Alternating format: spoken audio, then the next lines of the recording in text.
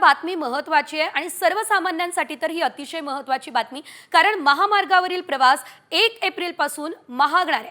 5 ते 10 रुपयांनी टोल देखील वाढणार आहेत आणि त्यामुळे वाहनांच्या व्यवहारामुळे देखभाल दुरुस्तीवरील खर्च वाढलाय। टोल टॅक्स वाढवण्याचा निर्णय सुद्धा यामुळे घेण्यात आला असल्याचं बघायला मिळतंय। त्यामुळे प्रवास वाढणाऱ्या नागरिकांची चिंता सुद्धा यामुळे वाढलेली आहे। नागरिकांच्या खिशाला कात्री बसणार आहे। सर्वसामान्यांसाठी चिंता वाढवणारी ही बातमी आपण पाहतो।